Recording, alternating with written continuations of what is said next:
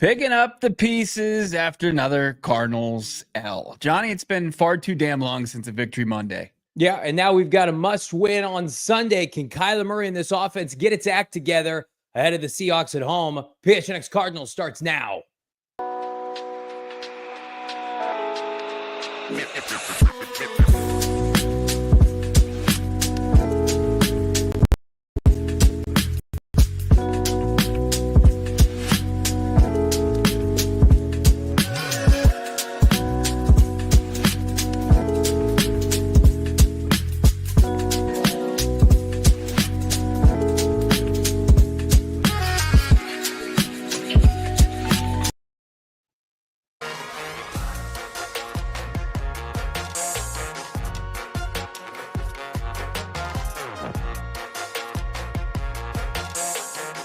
Hello and welcome in. It's a PHNX Cardinals podcast.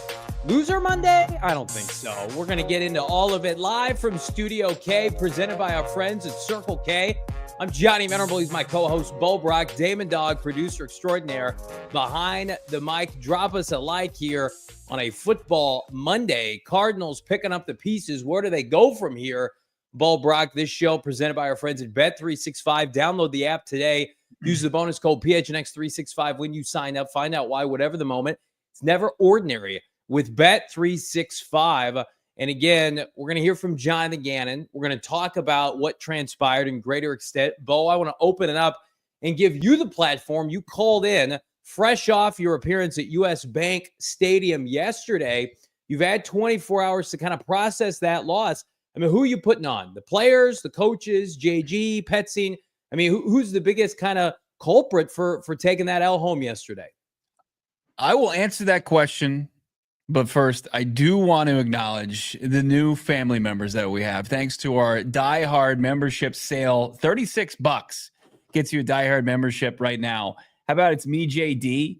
We got Ellerman, JW, who joined up today. It was great to see. Finally took the plunge, and lots of other great people who became diehards are now in the exclusive member Discord. For the $36, they got a $34 shirt for free. Just fantastic to see our community growing and growing. And you can still take advantage of that deal right now. It's the $36 for 36 hours, slashing more than in half to become an official PHNX diehard top-level access. This isn't just some puny access. You get just your foot in the door. You get to run the show, basically. You get to line up and co-host with Johnny Venerable if you wanted to, I think, with this type of access. So $36. Yeah, I mean, until people fire me for not answering your question right at the gates. Yeah, I think that's what's going to happen. But as far as what you're looking for who's to blame for yesterday's performance, I look back at that game and I see through quarters 1 through 3, your franchise quarterback was unbelievable. He's phenomenal. Kyler Murray was having a great game. Yeah. Look at the fourth quarter. He was brutal. Kyler had an awful fourth quarter performance that was very costly for this Arizona Cardinals team. 6 for 12, 51 yards. Most of it came on that 16-play drive that ended up for being a field goal, which, as we all know, in hindsight, wasn't enough. No. And the ball he was trying to throw away threw for an interception, and then the fourth down play, and I got to have it to Marvin Harrison Jr. It was intercepted. So 6 for 12, 51 yards, and 2 picks. I think it falls a lot on the shoulders of your quarterback. Yeah, I mean, like I don't know if he doesn't throw those interceptions, like, is the game different? Because again, he threw a pick that was almost the equivalent of a punt, right? And also, the intentional grounding was bad as well. That's where I was getting to. I feel like that might have been the game right there. And we're going to talk about it. And Tip Ryman really kind of got hosed. He had a bad day. We're going to talk about Tip later, but like he got hosed on that false start penalty that wasn't. Had the Vikings, this is salt in the wound here, had the Vikings been called for what was a penalty on them, it would have been 1st and goal at the 2-yard line. 2.5, yeah. And you probably run James Conner, if he's available, or Trey Benson 3 straight times.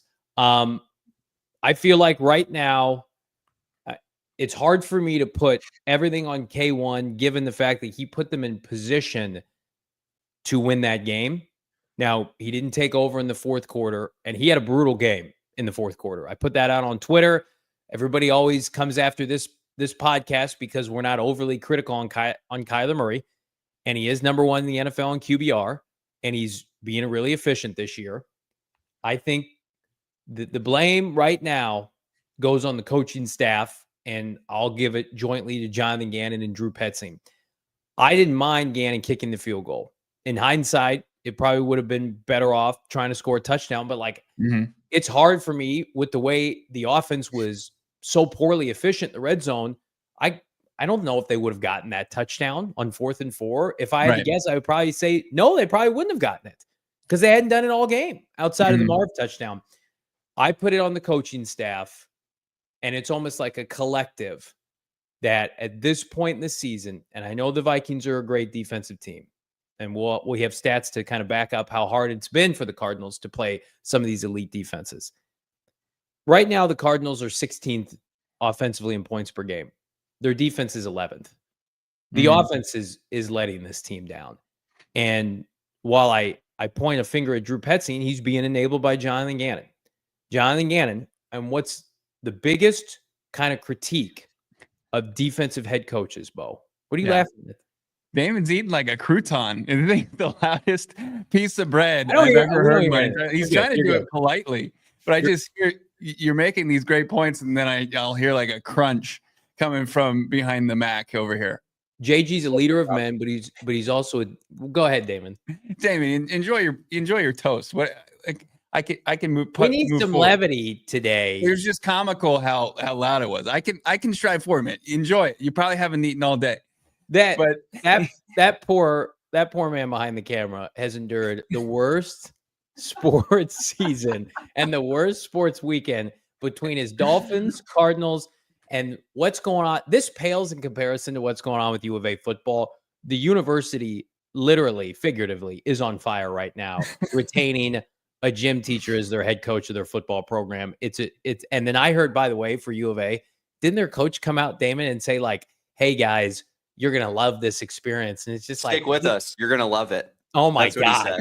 Like, I'm about to rip into JG and Petzing. That's we have first world problems on PHNX Cardinals compared to that. Good hell. Oh man. Right. Talk about lack of self-awareness. And then I just realized, is that dark thing that I see from like 10 feet? Is that the pizza you burned? Correct. Oh man. Everything's fine, Bo. He's hockey left the desert, but it's on Damon's plate right now. There's a puck there. I'm the cartoon dog. The house is on fire and everything's fine. Let's get a GoFundMe for Damon. I think for his mental well-being here. Sports has ruined our producer. All right. So go back. This is serious time because this is therapy. Okay. The season's not over yet. Yeah. What's the biggest complaint with defensive head coaches? The conservative nature to which a lot of them have. And I think Jonathan Gannon is bigger than just a defensive head coach, but it's clear, Bo. I mean, how many games into Gannon's tenure? 29 games. The defense is ahead of schedule, and the offense is, if it's not regressing as to what we saw Kyler and company do at the end of last year, it's underachieving. And so he is empowering Drew Petzing to be conservative in the red zone, to not establish a downfield passing attack, to not establish a rapport with the receivers. I don't know who brought it up on the postgame show, whether it was me or Britton or Craig or whomever it was, but I think it bears repeating now as we've got over 300 watching live on a Football Monday. This defense is going to get a ton of resources this offseason, and it's going to be well-deserved. Pass rushers, maybe trade for Micah Parsons, right? We're going to have a great time in the offseason. This defense is going to be fortified, and we're all going to expect it to go from here to here. It's going to be a top 10 defense next year. This offense is the offense for next year. It's got probably right now the same play caller, quarterback, receivers, backs, tackles. You want to sub in a guard. The tight end room is solidified. This offense, based off of where it was at the end of last year in Kyler Murray's 8 games to now, it's regressed. So if I'm putting blame on anybody, it's the coaching staff that is not getting the most out of this offense, and that's Gannon, and that's Petzing. And that's disappointing because there is no chance in hell that I would have sat here and been like, Cardinals have the 11th best points per game defense. We're going to the playoffs. We're winning the division. Well, right now, you're not doing any of those things currently because your offense stinks. Yeah, it's not good enough. I mean, it was an offense that put itself in a position 6 times yesterday to score points, and they came away with points in 5 of them, but most of them via Chad Ryland's leg. And Ryland missed a field goal earlier in that game that proved costly as well. Bad. But, 5 for 6, pretty damn good game for your place kicker. But it was the red zone woes. And they go 0 for 2 in goal to go situations where, including the one where they decided to kick the field goal instead of go for it on 4th and 4, which is statistically, analytically, it's a coin flip in those situations. But as far as like goal to go previous to, I think the Seahawks game, they were 16 for 16 in goal to go situations, scoring touchdowns. So good. It hasn't been a dumpster fire like it was on Sunday. As far as the red zone offense, it was pretty efficient through, their 4-game winning streak. But since returning from the bye, the offense has regressed. They've got 1 touchdown in 8 quarters of play. And despite the offense having over 400 yards in total offense yesterday and having a good pass and run balance, you want to point to the money areas, and they did not get it done, the offense. And you can point to the 10 penalties. A bulk of them were in the money area, including the one we pointed out with Tip Ryman, where that's on officiating, right? So for me, I guess my whole point is like to sit here and just say this is a Drew Petzing problem. I'm going to push back because I don't wholeheartedly believe that. I think that sitting here, Kyler Murray's played 12 games. He's got 13 passing touchdowns. Mm-hmm. Whose fault is that? Is that Kyler Murray's fault? Is that Drew Petzing's fault? It's hard to say it's Marvin's fault. He's got 7 of them, right?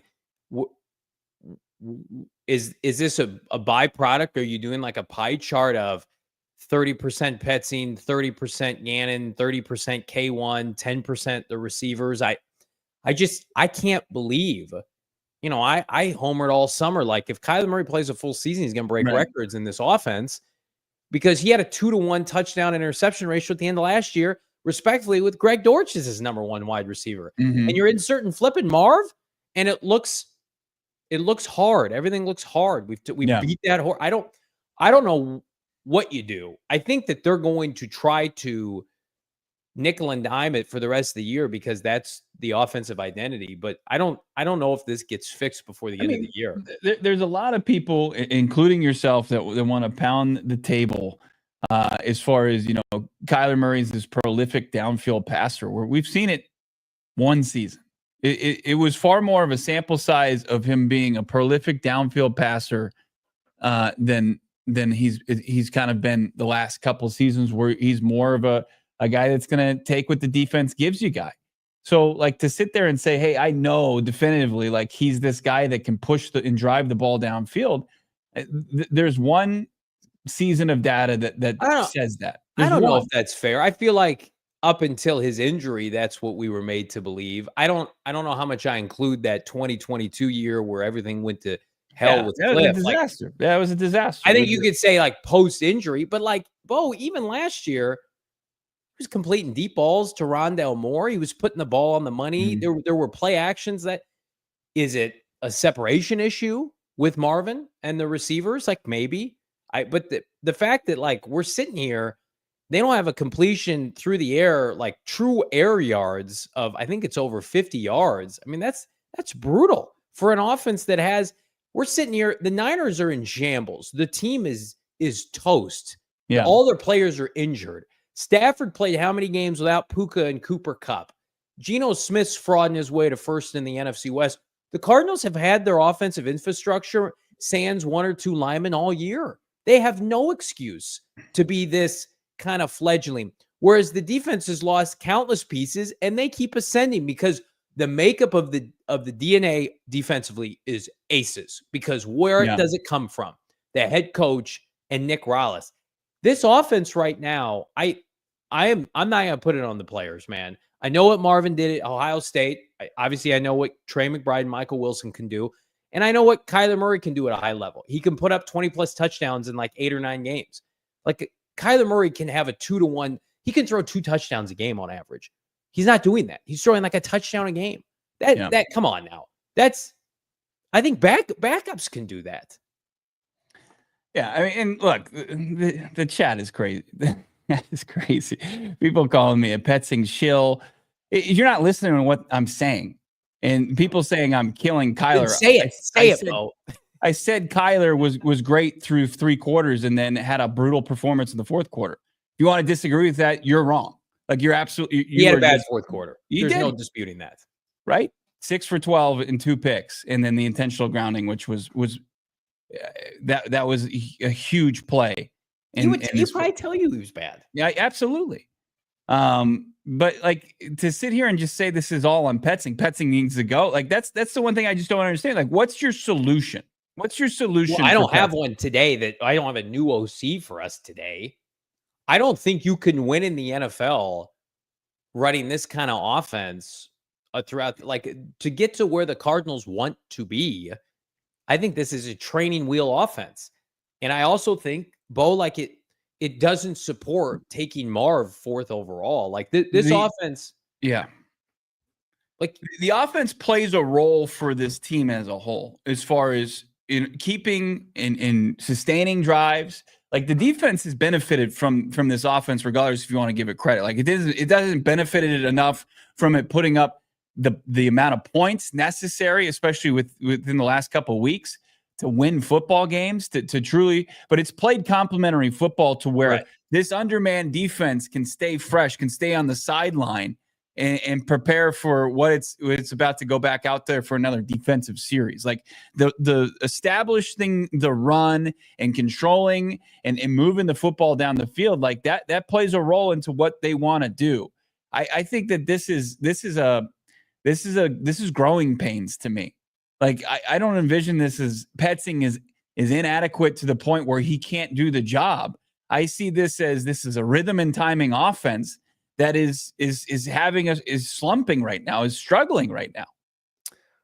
Yeah, 100%.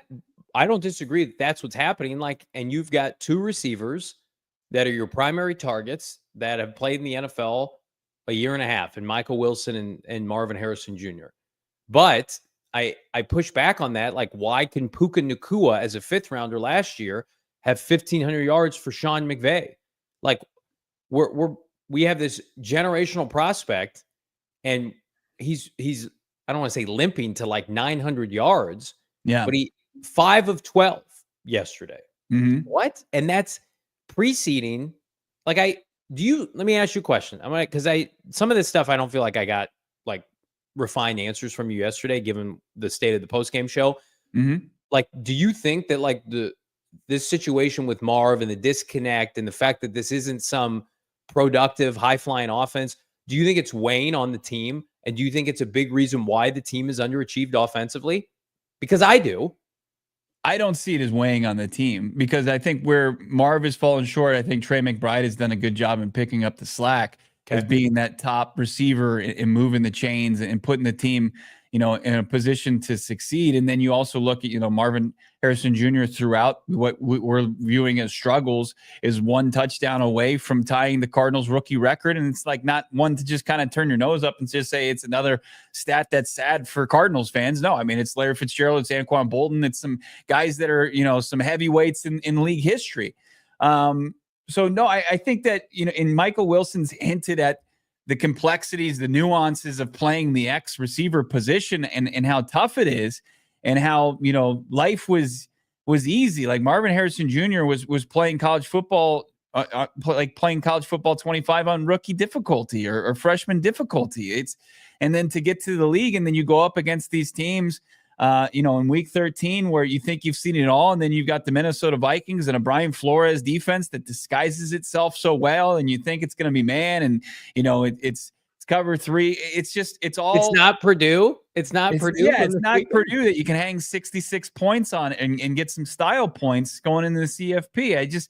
Not that this is excuses. Like Marvin Harrison Jr. is the 4th overall pick, and you're looking at his statistics and you say, well, these stats don't scream generational to me. Yeah. These stats scream should we be concerned? Yeah. So yeah, I mean, to to pull it all together, like, yeah, I mean, I think there should be concern, but I don't think it's weighing down what they're trying to do offensively. They want to get to the point. I think that what this team views as like the perfect offense is what happened against the Jets, where Kyler Murray's going 22 for 24 and he's spreading the ball around, and Marv's a piece of that. And it's more of an efficient day. Instead of 5 catches on 12 targets, it's 5 catches on 5 targets and finding the end zone. So, I asked Jonathan Gannon about where the disruption was on that, because you look at this receiver who did find the end zone for his 7th touchdown, but you saw he was, every time you threw his way, or the times you threw his way, they were far more efficient as far as not letting him get the football. Like, Damon, if we could play this, Jonathan Gannon on how the Vikings were able to kind of keep the ball from going to Marvin Harrison's into his hands every time. They played a little bit differently on him too, a little bit. Not on him, just in general. I thought that they played a little bit more man than we were expecting. I think it's just the rhythm and details of the passing game and making plays. And a couple times I thought he had some opportunities and the ball didn't go up to him. You know what I mean? So, and you would like to see the ball go up to him for a number of reasons. You know what I mean? Not pointing blame at anybody. It's just the ball didn't find him. But when the ball finds him, he has a chance to make plays. So we keep looking at everything, making sure that we're putting him in the right spots, that he feels really good about what he's doing with the quarterback, that he feels really good about what's going on, and keep utilizing him. Here, we got to go to break, but here's, can I say one thing? Yeah. Because I think you bring up good points. And I think that in a traditional sense, it's okay to be like working through some stuff. This is a transition season. When the division has imploded and your defense is ahead of schedule, ain't nobody want to hear about, well, the offense, they're just working some things out. My man, it's December. Like, if we're talking about this defense and they're fledgling, people are going to be like, you know what? Wait till we get pass rushers and defensive linemen. No. The defense is doing its job. The division is in shambles. It's winnable, right? And they can still win it. And then you got all the money and all the resources, back-to-back first-round picks on this offense. James Conner, Trey, the best players on the team are on the offense. And you've got 1 touchdown post by. Like, what you're saying, optically, it checks out. But nobody wants to hear that today. People want to say, the offense, make your money, score points, win this division. Yeah. It's there for you to win, Cardinals. I want to know who I can be angry at, right? I can tell you who to be angry at. It's easy. All right, we got to go to break. We got more convo around the corner here on PHNX Cardinals. Cardinals opened up as a 2.5-point favorite against the fraud Seahawks this weekend. And I say fraud because they will win. That number has expanded with our friends. We love when it expands. Bet365, it's up to 3. Will it get to 3.5? I hope so. Bet with Bet365 right now. Use the bonus code PHNX365 when you sign up. Deposit just $10. Place a $5 bet or more and get $150 in bonus bets. Big thanks to Bet365. They boosted our parlay yesterday, which was a single James Conner touchdown away from hitting, going from plus 800 to plus 1,000. But hopefully you dabbled. You got some money regardless with Bet365. And why wouldn't you? $5 is $150 in bonus bets. Find out why, whatever the moment. It's never ordinary with our friends at Bet365. Download it today. You got to be 21 years and older, physically located here in Arizona. If you or someone you know has a gambling problem, wants help, call 1-800-NEXT-STEP. Text next step to 53342 or visit problemgambling.az.gov, Bo, for more info. That was a heartbreaker not being able to cash that Bet365 PHNX boost, but we move on and we'll get back in the lab and find something that's going to hit this weekend. Also, what are your plans this weekend? There's so many reasons. You've got far more reasons to go to Sanderson Ford to check out their unbelievable inventory of over 900 pre and new cars on their lot that you can get yourself into and have the car of your dreams, the vehicle of your dreams, like this Ford F-150. Like right now, you get the 2024 F-150 trucks, 3.9% APR financing for 66 months, plus $4,000 cash back.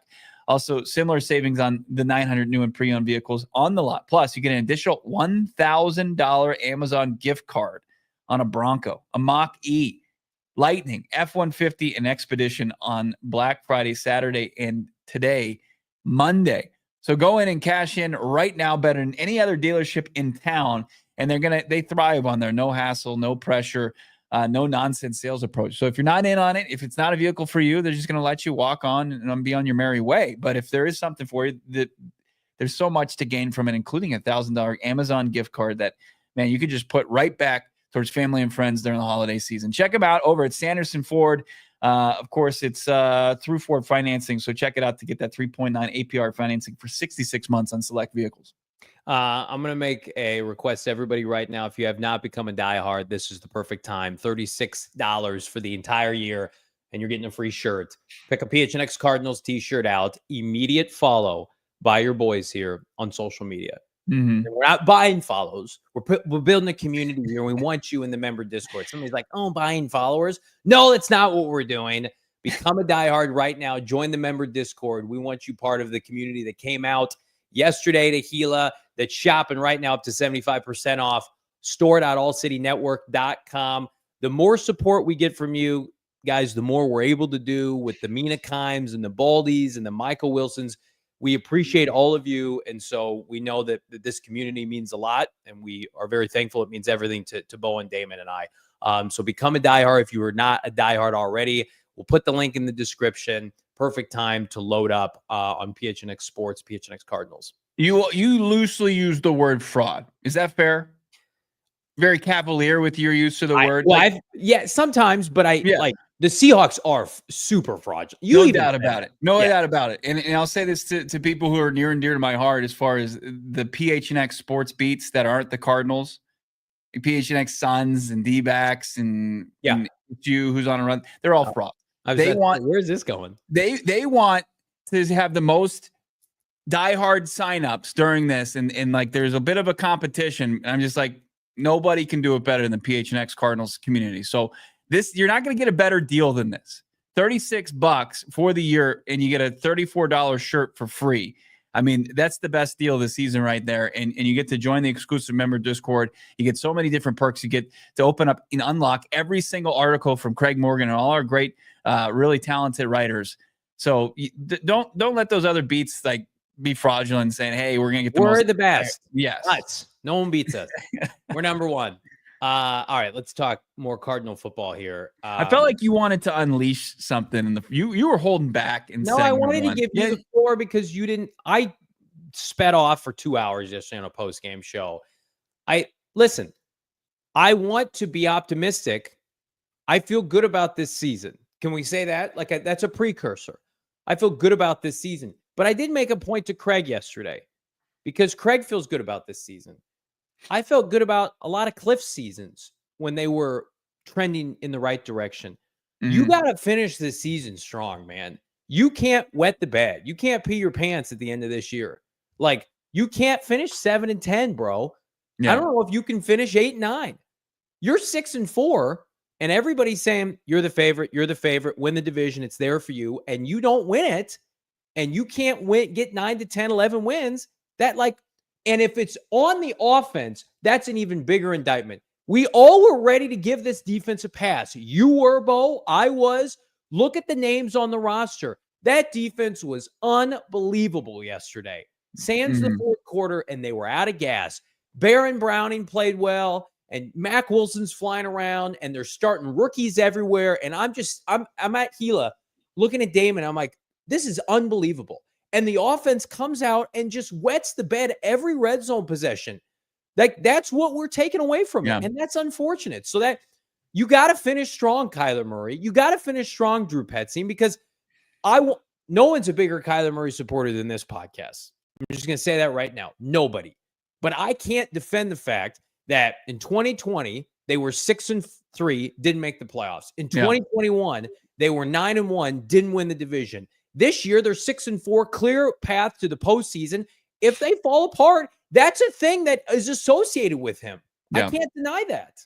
Yeah, I mean, they have to continue to change some of the major narratives that kind of stink up the joint that surround this organization. I don't disagree with that at all. And I almost disagree to the extent, like, if they go 9-8, depending on what that looks like, it's not going to be acceptable. Like, if they lose this weekend And there's still a path to 9-8 because the Niners are dead. That's a winnable game. And so are the 2 games after this week. So that gets you to 9-8, but that still could leave you on the outside looking in. Like this game, they have to figure out a way to get it done. They haven't lost 3 games in a row this season. They can't stand to do it at this point in the year because I think that does still kind of point to some key members of the organization that couldn't get it done in crunch time. And I think if you lose this weekend, it already kind of, not justifies that narrative, but it doesn't give you the ability to change it until the next season. Not all 9-8 seasons are created equal, because if you would have told us before the season, you could, Bo and Johnny and Damon, you can sign up for 9-8 right now, we would have done that. Wouldn't you have? We would have hammered that to oblivion. But then they come back, 1,000%, right, Damon? But then if somebody would have said, oh yeah, but actually you were in complete control of the division and the soft part of your schedule is when you folded, then it's like, oh, what happened? What took place? Did Kyler get hurt? No. Yeah. Did Trey go down? He's fine. Was there some major tragedy? No, everybody's good. Actually, you're one of the healthiest teams in the NFL. Oh, so we choked it away. We got out-coached. We got outplayed. Like, I love this team. You lost to Geno Smith twice and Sam Darnold in between. That's a choke job. That's a choke job. Yeah, that would hurt. That's a choke job. The Rams aren't any good. We watched that whole game against the fraud Saints yesterday. They eked that one out. The Rams are beatable. The Niners are they're dead. They're toast. They're absolutely toast. Their franchise is on literal fire right now. They have no running backs. Brock Purdy can't throw the football. That game is there. There are 5. You got 5 games left. There are 5 wins available to you, Cardinals. Yeah. Here they are. Go win them. And guess what? 4 of 5. Excuse me. Yeah, 3 of 5 are in your building. There's your path to 9 wins. You won 3 straight in your building. You haven't allowed a touchdown in the last 3 games. I think we can hang the banner. I think it's official that we can hang the banner for the Niners, the team that was a Super Bowl contender since 2019 and couldn't get it done, and their window is officially closed. Can we do that? Can we hang that banner? Well, here's the problem with that, is that most of the time I like to grave dance on other teams when the Cardinals are also out of it and dead, because that's the only thing I get joy out of. But right now it's like, I want my team to win, and then I want to poke fun at them. Is that fair? I want to do that. Okay. One time. Most of the time I'm sitting here and we're 3-8, and it's like, who else can we celebrate down here in the muck with us? But yes, 100%. Print up the gravestone. The Niners are dead. Like, Kittle's old. Debo is completely washed. Yeah. Christian McCaffrey's career, and we don't root for injuries, could be done. Trent Williams is 100 years old, and respectfully, he just lost an infant. So that's a whole nother thing. So a major thoughts and prayers with him in all seriousness. Bosa's hurt again. Their whole team is done. And they're like, well, we open you Funga's window to practice. Hey, congrats. You're about to lose to the Chicago Bears this weekend. And Brock Purdy just threw for 100 yards, and the team got blown out by over 25 points for a second consecutive week. Pay the man already. Pay this man his money. Oh, man. It is. We can grave dance a little bit. We can do it just a little bit. I want to bring up Damon, do we have that tweet that I grabbed here? So I'm trying to like make myself feel better about the Cardinals offensive woes. This is from Mike Clay. He's really smart. Cardinals offense has had the hardest schedule in the league. Cardinals via points allowed, TDs, EPA, you name it, even the hardest fantasy schedule for a quarterback. The good news, the schedule is one of the league's easiest over the next 4 weeks. So basically what he's saying is nobody's faced a harder schedule defensively than the Cardinals this year. Well, we know that they've faced more playoff teams than anybody else. So, like, I'm watching, the fraud Rams go on the road. It feels like every other week they're playing just a basement dweller in the NFC South. Like, Cardinals haven't played any of those teams yet. Now they will, but does that make you feel better about this offense, Bo? Yeah. I mean, it matches up with what you see. I mean, they're going up against some of the toughest defenses that like to take away the pass. And the one thing is, it still doesn't remove the disappointment from missed opportunities. And I think that that's something that needs to be consistent as we have our debates as far as who's to blame here, right? The overall, the team missed gigantic opportunities the past 2 weeks, but then the positions they were putting themselves in against this Vikings defense that's top 5 statistically across the board, and then the top in the conversation for the top team against the run, and they put up 150 yards on the ground, and they're passing the ball all around the field except for in the red zone, 260 yards through the air. And then you look at it and like, well, how'd they lose? They go 1 for 6 in the red zone and they have to settle for field goals. Like that's still disappointing. Like, am I relieved that, hey, there might be some reason for it, that these defenses are good? Fine. But at the same time, you have to produce, you have to put up points, you have to find a way to get the job done. And unfortunately, it hasn't happened the last 2 weeks. That during that 4-game win streak, they were finding ways they were getting it done. So they got to get back on track. They have to bounce back. This is the Cardinals Super Bowl this week. We're going to go trending up, trending down around the corner here on PHNX Cardinals. The Super Bowl for your finances. How about Desert Financial Credit Union? Because they're the elite. They're the 1%ers, and they're the official credit union of the Arizona Cardinals, PHNX Sports, and the Venerable household. That's because for more than 84 years, Desert Financial has been Arizona's largest, most trusted local credit union. They've got a team of financial experts committed to their members, offering financial solutions tailored to helping real people like me, like you, Bo, Damon, anybody. They're there to help you beyond just an ATM transaction, friends. They've got checking accounts, savings, mortgages, loans, credit cards, investment options, and more. Plus, if you're an Arizona sports fan, no better place to do your banking than Desert Financial. Rep the Red Sea right now with the Arizona Cardinal Visa debit card. Check out those 3 we have on the screen. My new favorite, I got to get that helmet one. I got the bird in the middle, and then, of course, the player one. But I got to get that helmet one when my current one expires. But regardless, don't let your bank account expire. Show your team spirit. Open up a free checking account online. Get an Arizona Cardinal Visa debit card. Go to desertfinancial.com/Cardinals, Bo, to get started. Does your wife find out how many accounts you just have open in order to have all these debit cards? Like AC and just pull them all out. Got a savings, got a checking. Yeah, she's like, yeah, it's a hell of a way to spend $13. Great. Like you got $13 combined in those accounts. Awesome. Oh man, but also a good place to maybe spend your money. Branded Bills. We love our friends over at Branded Bills, and right now during our Black Friday sale or our Cyber Monday sale, you can save 30% on our Branded Bills PHNX collab. These are some unbelievable premium headwear that you're going to want to get. I've got mine in the mail as we speak. Can't wait. And if it's more than that for you, you want to elevate your brand, you want to elevate your squad. Maybe you're playing in a men's league basketball. Maybe you want to get some nice tees so you guys look legit out there. They do that too. Snapbacks, truckers, fitteds, beanies. Branded Bills has you covered with performance and style. You want to rep the Sun Devils right now because they're playing the Big 12 championship game?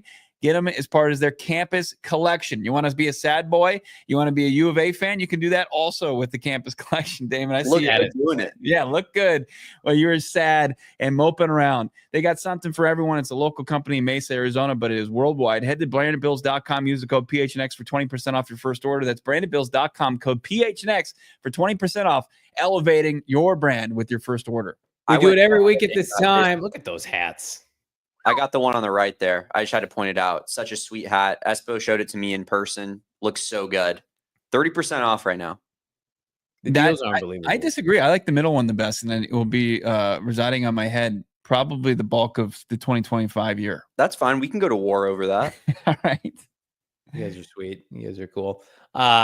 We got more JG around the corner here, but let's get to trending up, trending down. And again, last week could be on trending down. What's that? I wonder who made trending down this week. Well, let's start with that. Let's look at the big stinkers from yesterday. Hey, Tip Ryman, nice 6 penalty day. The lowest graded PFF player for the Cardinals yesterday wears 87, who was a 3rd-round pick this year. His name's Tip Ryman. I like Tip Ryman. He's been a good rookie. He had an atrocious day yesterday. Now, it was not his fault with the false start penalty, but man, oh man, he was holding left and right. The Cardinals drafted Tip Ryman to be an enforcer. Remember when everybody's like, Johnny, wait till he destroys defensive ends. You're going to be eating crow. No, he looked bad yesterday, and it was an overdraft. And there's still a place for him on this team, But you can't tell me right now it's like, yeah, that was a pick well spent. No, he'll develop, but it was a bad day for 87 yesterday. How many penalties did he get hit by? I think 4 or 5. At Is least that 4. real? Yeah, oh yeah. Right, Damon? I'm pretty sure it was 4. It might have been 3. I'm saying 3 or 4. No, it was 4. It was 4. 4, according to Pro Football Focus. Really 3, because one of them was just not his fault. That's correct. Still, that's quite a bit. Hey, but he opened the game with a catch. Did you see that catch from Tip Ryman? Huh? I think it was justified taking him 82nd. He was like, overall. I'm good. Good day at the office after that catch. He was like, time to mail it in. 3rd catch of the season. We had put the over-under, I think, 9.5. And that ain't hitting. That ain't you. If you hit the over on that, that ain't hitting. 3 catches, 15 yards for Tip Ryman. Yeah, that's tough. And then you move to the passing game. I thought you were just going to go Petzing on this, but you put the passing game.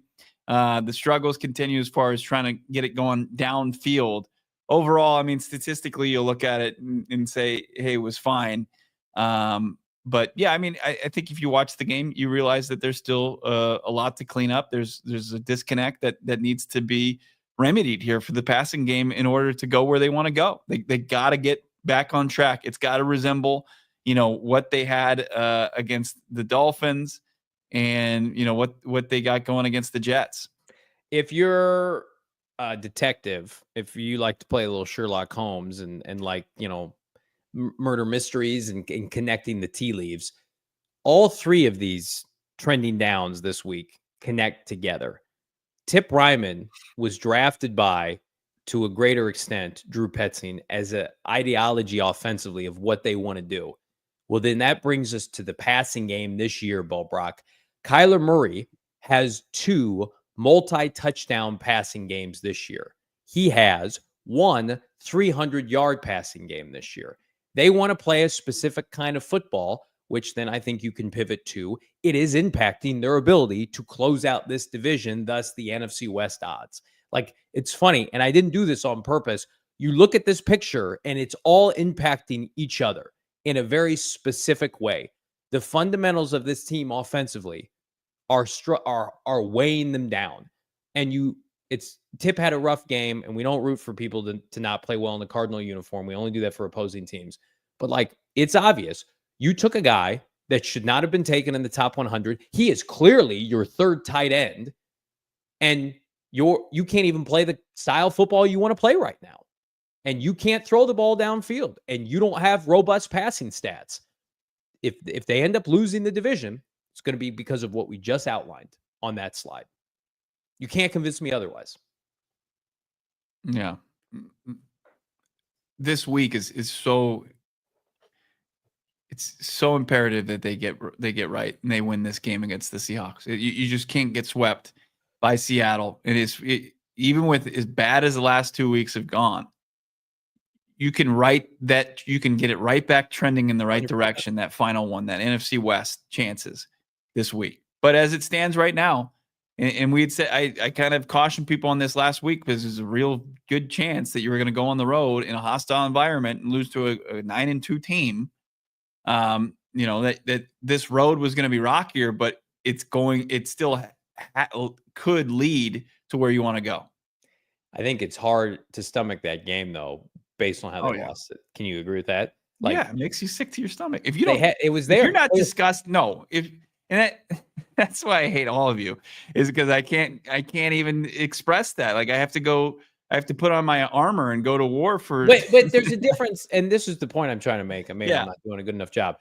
There's a difference between you saying all week, guys, I don't expect this team to beat the Vikings, and then coming on this show today and being like, yeah, they should have beaten the Vikings, and that game makes you sick to think about. Like, that's worse than your typical loss because of how it went down.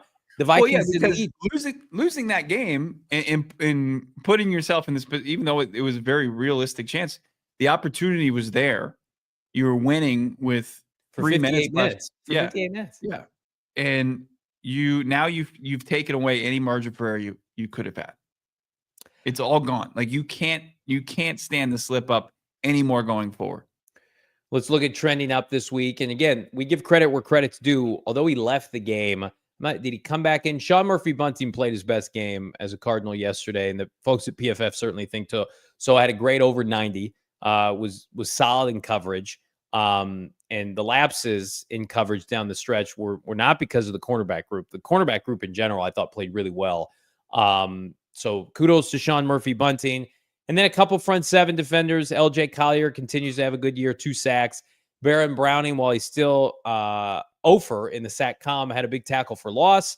I think did he have a forced fumble? So defense as a whole, like, again, it's the best coach position unit on the team, and that says something with how good the special teams core is. But these are guys that were afterthoughts by their former teams, and they're coming here and they're making an impact. Sean Murphy-Bunting in particular, like, good on him, because he needed that game. And Mac Wilson's been playing so consistently throughout the season, and you gave him, I think, our X factor of the game yesterday. You didn't have to put him on there, right? SMB finally had a good performance.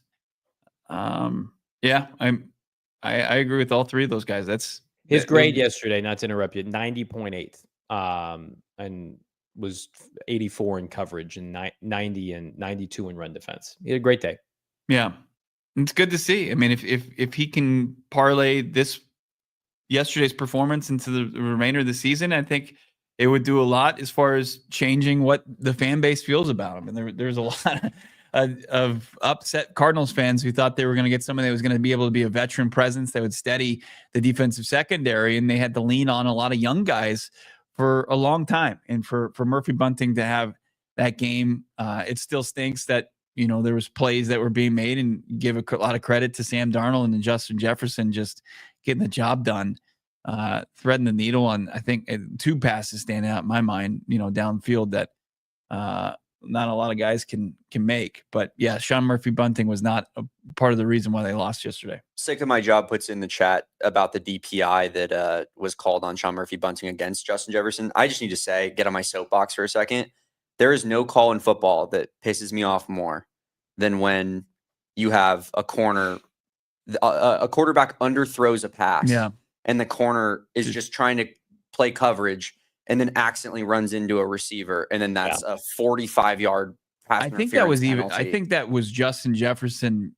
A credit to him in a sense, like being smart about it. Yeah, I think he made contact in order to draw that, and good receivers do that. And he's going to get that call 99 times out of 100, but it's still infuriating as a football fan watching that and being like, literally bailed out. Nothing you can do about that if you're Sean Murphy-Bunting. You got bailed out. The Vikings got bailed out a lot yesterday. They really did. Like the tip, Ryman, false start, that DPI, not necessarily he drew it, fine, tip of the cap to him, and then the TJ Hawkinson ticky-tack one to set up the go-ahead touchdown was gross too.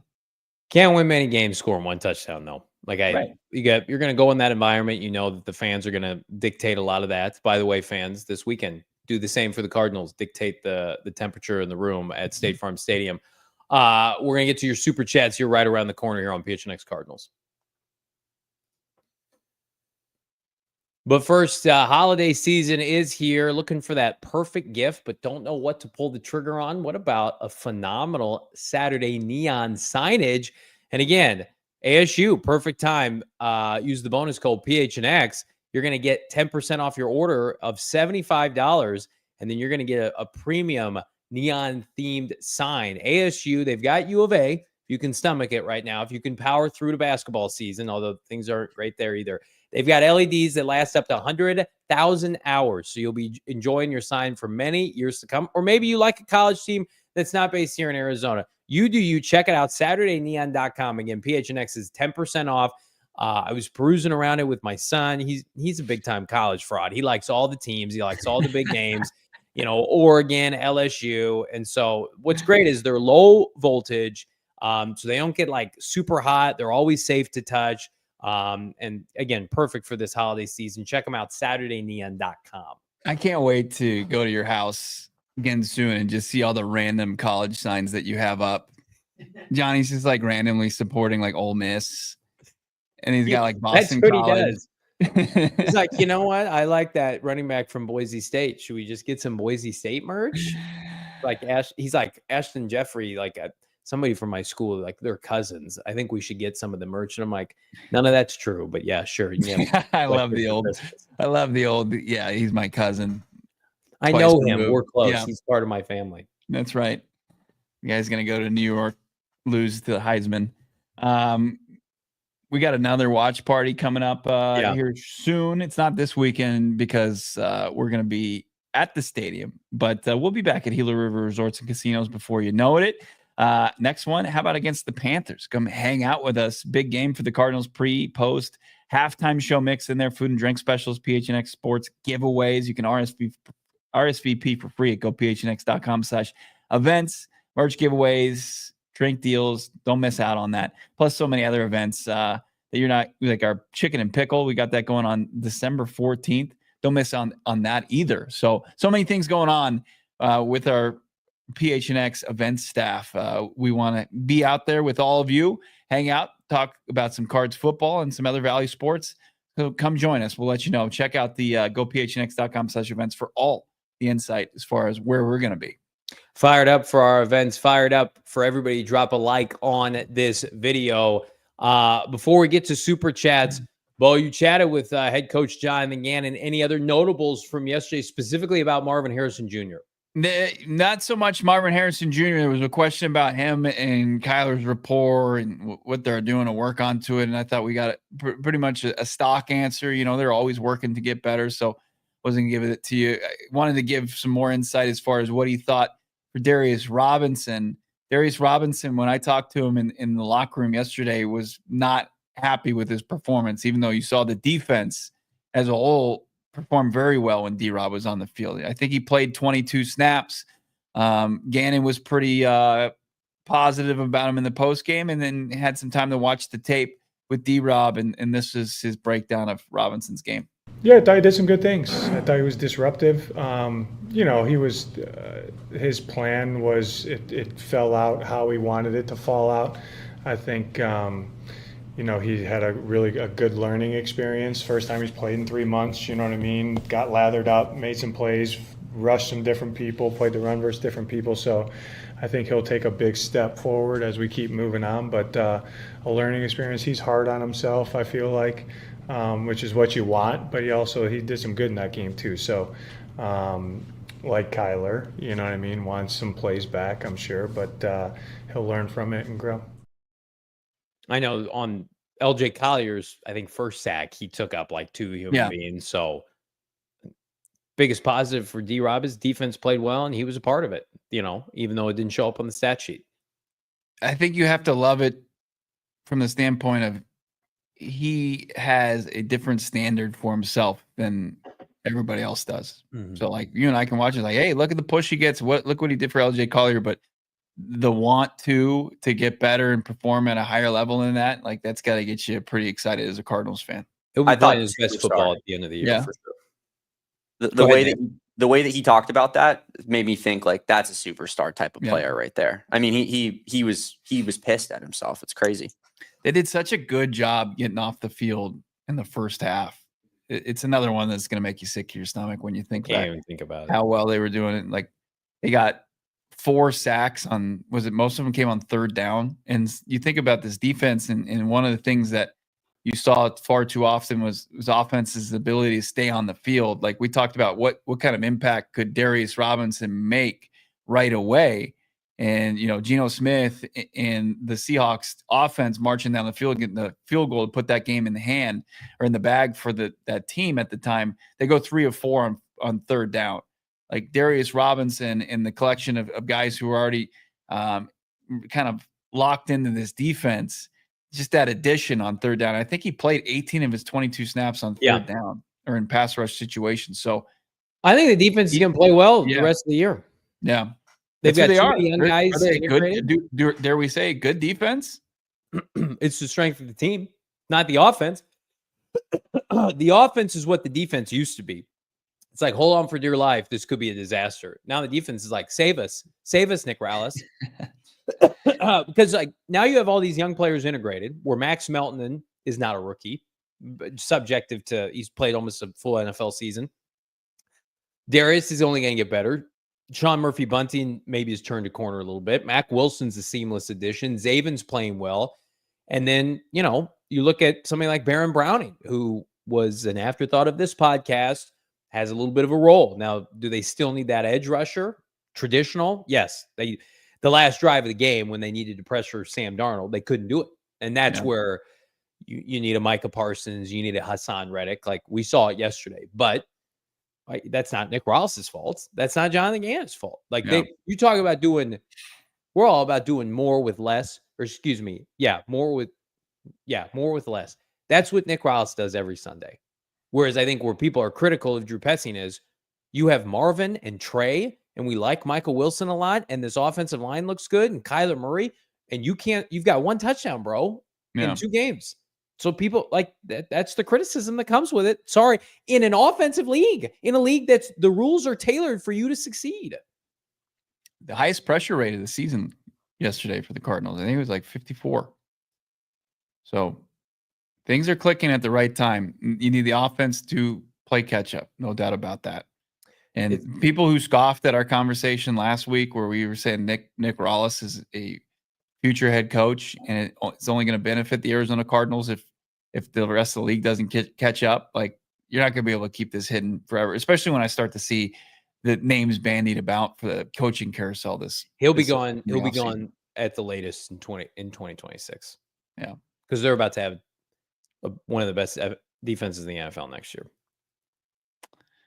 All those tuning in, watching us on the tube on TV, come join the party as it continues right now. Go phnx.com. Just click that red live button. Join. We'll continue the combo. But thanks for watching us today. If this is where your journey ends. This is where our journey begins with the super chats, Bo, and they are spicy. They are white hot. By the way, if you guys would be so inclined, drop us a like here. Our goal is 500 likes here on a football Monday. Ghost of Pat Tilley, Bo, is going to get us started. $20. This team is loaded with talent on offense and can't score TDs in the red zone. Done blaming Petzing. JG is coach, and he hasn't addressed this. BG called out MHJ yesterday. That was impressive. Ghost of Pat Tilley, I'm right there with you. We want to bang on Drew Petzing. He's being Gannon approves this game plan. He approved kicking a field goal. He approved. Remember before the half, we didn't even talk about this. They could have tried one more play, and they're like, "We're good. We're gonna kick a field goal." And then actually, it was before that was interesting when they got the sack against Darnold, and they allow like 40 seconds to run off the clock before Minnesota just kicked their field goal, and then the Cardinals got the ball with about like a minute and 20 seconds or so left, and it's like you're sitting there and you're pressed for time. Why didn't you just call a timeout as soon as you sacked Darnold and you knew they were going to kick a field goal there? Oh man! But you agree with me too. Before the end of the half, like they had what was it, 20 plus seconds, Damon, and they ran a play and they just let it go down. And Kyler spiked it, and then they kicked the field goal. They could have ran one more play. Even Greg Olsen. There wasn't a whole lot of urgency to get to the line and spike that football. That's frustrating for sure. And then go ahead, Damon. I can't for the life of me understand why they don't just spam Trey McBride targets in the red zone. It was Trey McBride who made that catch, right? It was the last catch before the spike. But yeah, it is crazy that he's still without a receiving touchdown. And I know there's so many different things that goes into that, but not without opportunity. He dropped that one, but other than that, He's had 2 drops. He's had 2 drops. I think one was one of the incompletions Kyler had. One of the 2 incompletions he had against the Jets it could have been a Trey touchdown.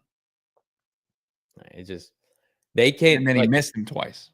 Don't you agree, Bo? There was a clear, first of all, and the Cardinals felt very confident in their defensive game plan going against Sam Darnold. We knew that before the game.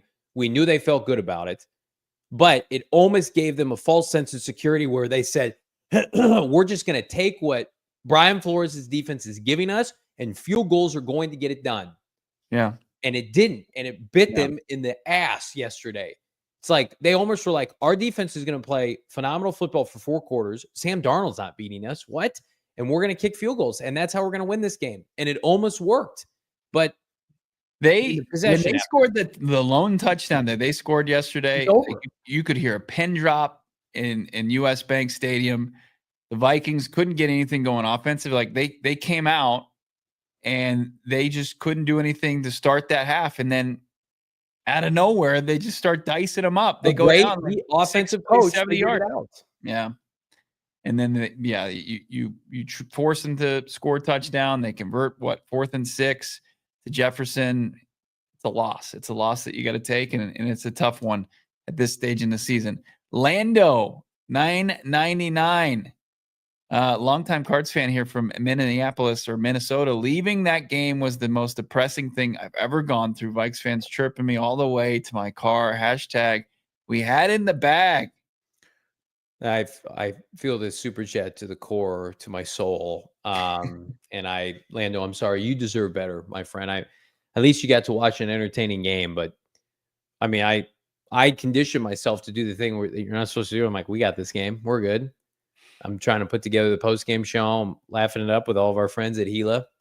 And then just slowly but surely that fourth quarter from hell happened. And defense couldn't get one more stop, and the offense is to blame. Monty Ossenfort's burner, $1.99. The solution, lock the F in. That's good. That's a good solution. That's a lot of what Gannon was saying today and Mac Wilson were saying there in their press availability today. Just, it's on to next week. We don't change the process. We just lock in. And Gannon said, I choose us. I'll roll with us. That's where they are. Jalen Blair, $10. It's interesting that people want Petzing gone, and Benjamin Albright keeps linking him to jobs like the Bears and Jets, and has pinned the top of his X page where he is a hot commodity come head coaching time. Bye. Good. Bye. But like Petzing, I think he can be a good, consistent offensive coordinator. And it's interesting to me that he would be viewed as a top head coaching candidate. Like when it comes down to it, when he's going to be pitted against some impressive individuals across the league to lead 53 men, to lead an organization, he's still got a little bit to go there. I think he can have the training wheels on an offense and be productive, but do a lot with a little, like he did last year with some Joshua Dobbs. But no, he's not a head coach. How great would that be if with Greg Braggs over at CHGO trying to coerce people into firing Kyle Shanahan, and then they end up with Drew Petzing? Unbelievable. I mean, if Petzing or Cliff for that matter, like the fact that Cliff is in the conversation is astounding. It's astounding to me. Just because people want to play connecting the dots, like trending offense, the relationship with Caleb Williams, and they just want to completely overlook how things just caught on fire and burned to the ground here. Cliff's more qualified than Drew, though. Just because he's done it, but like it's like the devil you know versus the devil you don't know. Both two good guys, though. Sorry to use a devil analogy. Mac Daddy 714 was at the Dunes yesterday, so I missed the game. Twitter told me it was a DP disaster class. I think that was actually quoting a Johnny Venerable tweet. If Sunday is a repeat, then he needs to go. Go Devils. It was my tweet, but it literally, I'm trying to figure out the words to say, and it's coming out of our producer's mouth. Damon said that out loud, and then I was like, right. This is like Picasso.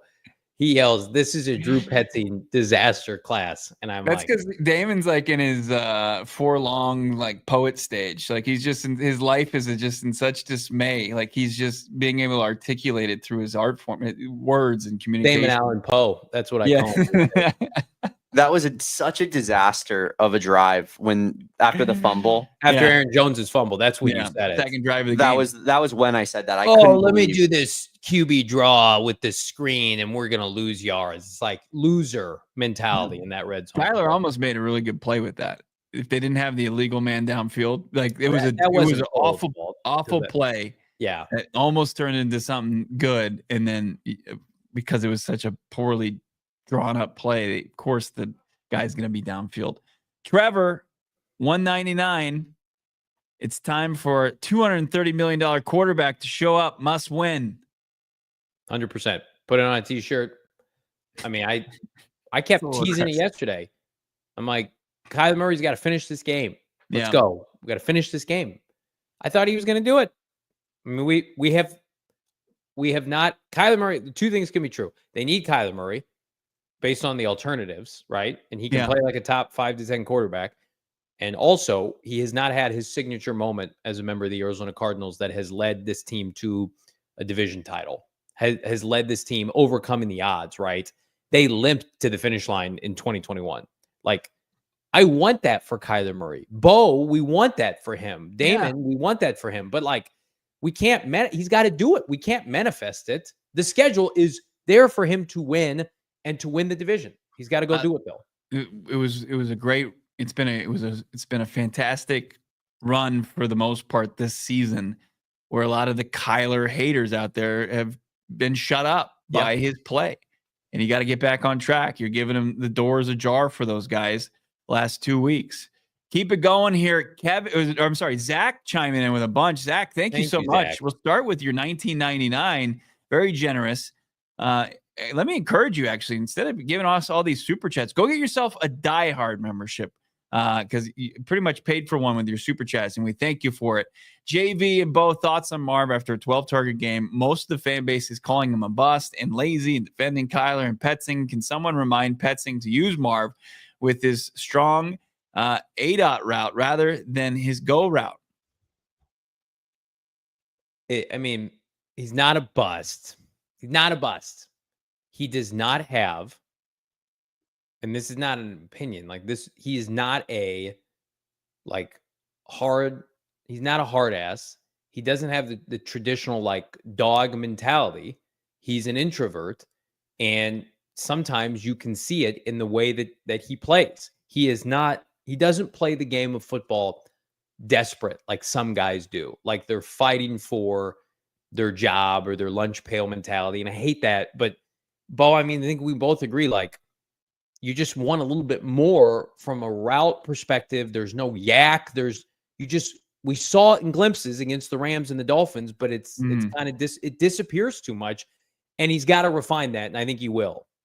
See what Zach says, maybe continues with this one, or if it's just different questions here. I see everyone's saying we have 400 yards of offense. Doesn't matter when you're losing. I don't understand the connection between Kyler and Marv.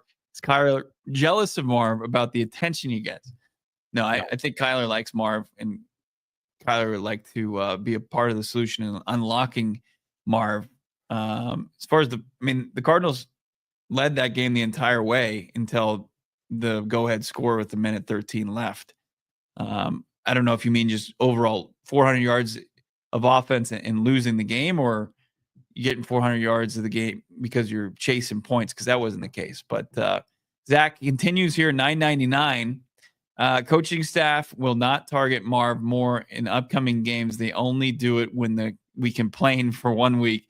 And it's the same story of less involvement, and they create a doubt in fans that MHJ is lazy. It certainly feels that way.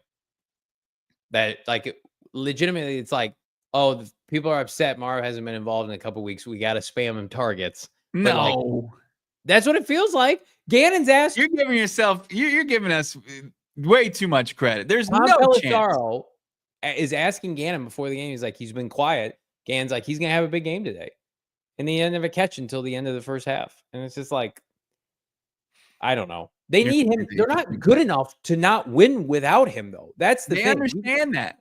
They're smart people. Do you not trust Jonathan Gannon and his coaching staff? I don't. I think he's got too much faith in Drew Petzing right now, and I think there's some adjustments that need to be made because this offense is underachieving. Like, they don't throw the ball well, Bo. They're not a good passing team. Do you agree with that? They're just not a good passing team. They're an average to below. They're not good enough right now as it is. I'll agree with that. Is it Don? Dow. Yeah. Dow, one of our loyal viewers. My bad. Couldn't see it all the way on the screen. I can tell when competitive Cardinals football is here. My boys were ready to crash at each other in the post-game show yesterday. Love my unks. We love you, Dow. Thank you so much, man. Yeah, Dow, appreciate you, my friend. It's not Cardinal season unless Bo and I are ready to kill each other on our post-game. just means more for this podcast. Fun fact, that's actually why we don't do it in studio, because there's like such a liability of Johnny and Bo just like getting physical. So we have to separate them. It's actually good that the Cardinals have been losing. It's good to keep things straight. We were getting a little too chummy around here, and now we can get back to brass tacks. It's like that Ron Swanson clip where he's like, Ann was getting a little too chummy, so I had to remind her by calling her the wrong name. Cardinals been winning too much this year. Bo and I had to square each other up verbally.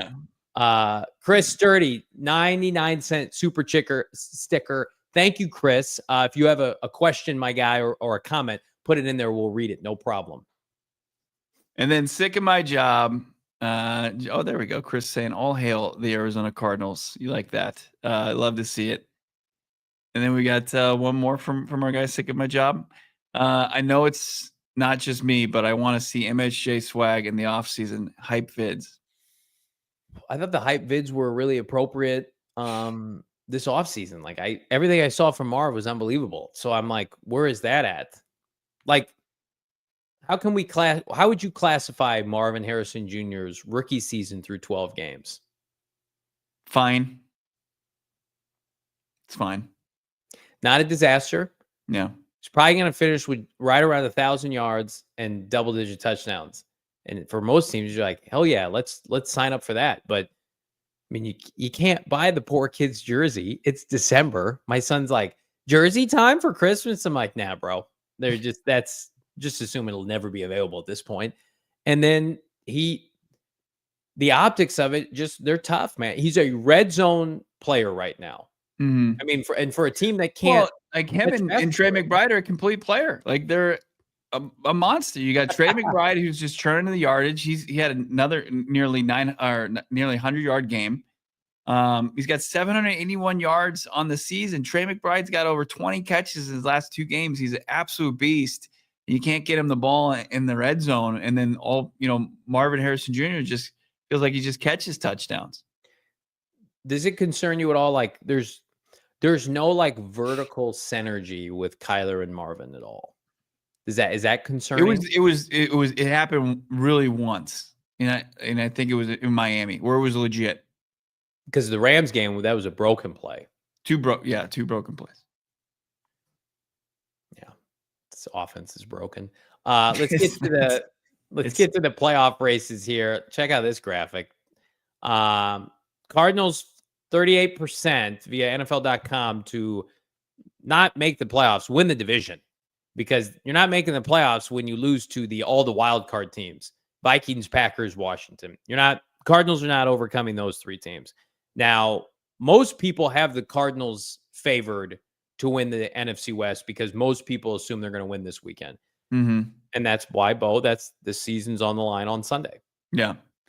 That's their best path to not have to rely on other teams to get the job done for them. As I see Washington's 8-5. How did we do on Hold the Line? All right. Okay. One of us had, I think, maybe the worst pick in the history of that segment. I'm not sure. Oh, shoot, there it is. Look at Damon, his layup hits. Big shocker, Damon. You're damn right. Congrats on playing as a grown adult man in a grade school basketball league and dunking on 8-year-olds. That's what that is. Winning? Oh, that's interesting, Johnny. It's tough being at the top here. He's like, I don't want to lose the lead, so I'm going to go. I had another bad beat.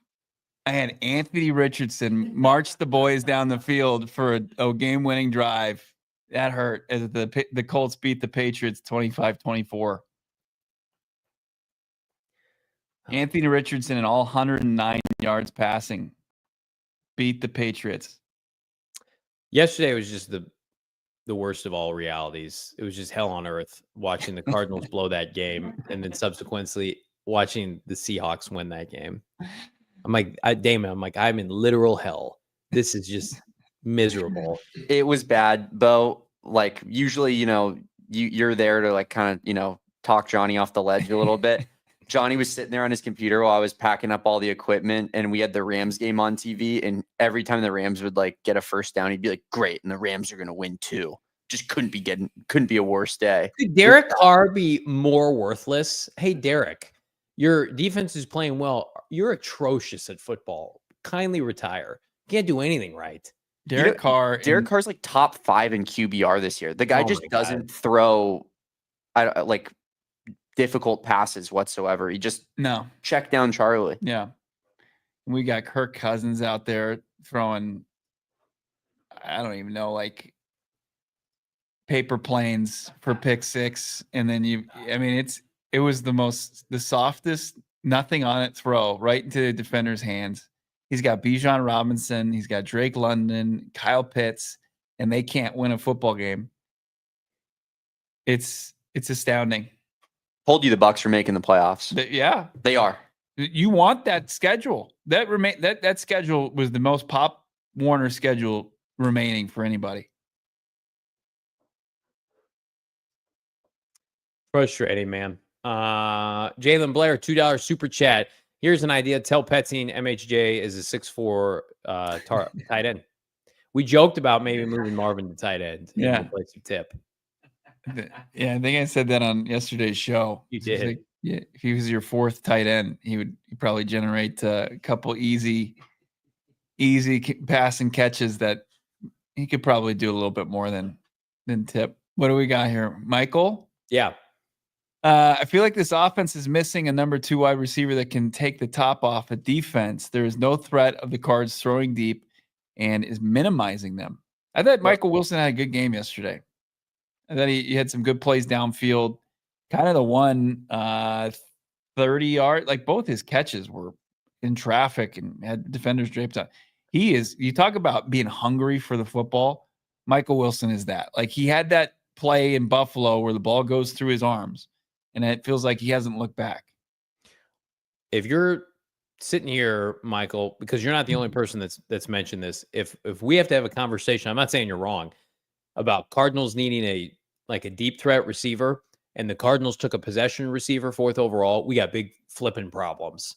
If we're sitting here and Marvin Harrison Jr. can't be what you just described, at least to some extent, like Julio Jones, Calvin Johnson, AJ Green, Mike Evans, all these receivers that we put with Marvin pre-draft could all to some extent stretch the field vertically.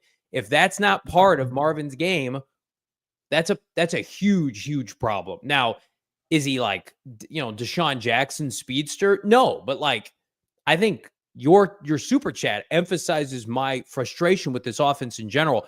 Why hasn't Marvin Harrison Jr. in this offense busted out of a post for a touchdown for 40 yards? It's like, red zone, Marvin Harrison Jr., 40-yard touchdown, right? That hasn't happened. So again, whose fault is that, Bo? Is that Marvin's fault? Is that Kyler's fault? Or is that Drew Petzing's fault? Like, figure that out, because that would be nice to be able to utilize your 4th overall pick like that. Chris Sturdy, another super sticker here. They believe it's a nice heart. Yeah, so there you go. And then Michael Wilson should be number 1. He is very elite. He's a great receiver, especially where you drafted him. I mean, you have a top tight end in the NFL. And if Marv is what we hope Marv can be, Michael Wilson as a 3rd option to those 2 guys is doing a hell of a job considering the amount of targets he doesn't get. So the ingredients are there. Like, they're not missing anything to have a top 12 offense. Are they missing it schematically, fundamentally, right here? Do they got all the goods upstairs? That's what I'm. Are you missing some marbles on how to unlock these guys? Coaching, we've seen how elite coaching defensively elevates what we consider not great talent to a top 11 unit. The same thing can be true for an offense. If you are too stubborn to change, it will weigh this unit down. And we didn't even talk about this. Kyler Murray's expression, Bo, before the 4th down play. I got people at Gila telling me, including Saul Bookman, Kyler didn't like this play call. And it was evident because it's just like, everybody run 4 verticals. And that was the game. You can't tell me, everything's looking swell in the huddle pre-snap. I don't know about that. We get to talk to Drew Petzing tomorrow and Nick Rollis. We'll get the sights and sounds, PHNX _Cardinals on Twitter and Instagram. Make sure you're locked into that. Plus, you got a guest tomorrow, Johnny. Mina Kimes, who is gloating because of her Seahawks, but also has a tremendous breakdown of what she believes was a snafu by Jonathan Gannon. It's on her Instagram. I'd encourage everybody to check it out. We're going to talk to her about that more tomorrow. Mina Kimes will be on the show, and we're going to get into all the skinny about what the Cardinals are and aren't doing with the NFC West hanging in the balance, and maybe what the recipe needs to be to beat the Seahawks. That and more manana. But again, one last reminder, if you have been on the fence, if you don't know what it's all about, become a diehard right now. It is just $36, usually $80. It's $36 right now. You get a free t-shirt, any t-shirt you want from the merchandise locker. Hopefully you're repping any kind of PHNX Cardinals gear. You get everything unlocked on the website. You get a nice diehard package with a membership card. And I think you get a future percentage off at the merchandise locker. You get incentives. You get percentages off of future events. $36 for the entire year. Yeah, there's the breakdown there. This people always ask, what can we do to support you? Do you guys have a Patreon? Do you guys have X, Y, and Z? If you become a diehard, that is the best way to support what we do on this show. We got 724 people watching right now. Scan that code if you're able to. Join our community. Hop in the Discord because this is the best cards community there is, point blank. No doubt about it. The conversation's always ongoing in the exclusive member Discord. Also, we're going to start doing some Monday morning Q&As. We'll go live in the Discord. It's only available to our diehards, so don't miss out on that. Join, become a diehard at the lowest price possible, $36. Go phnx.com. For Damon, Dawg, for Johnny Venerable, I'm Bo Brack. We'll talk to you tomorrow right here at PHNX Cardinals, 4:30. We all silly like the mayor.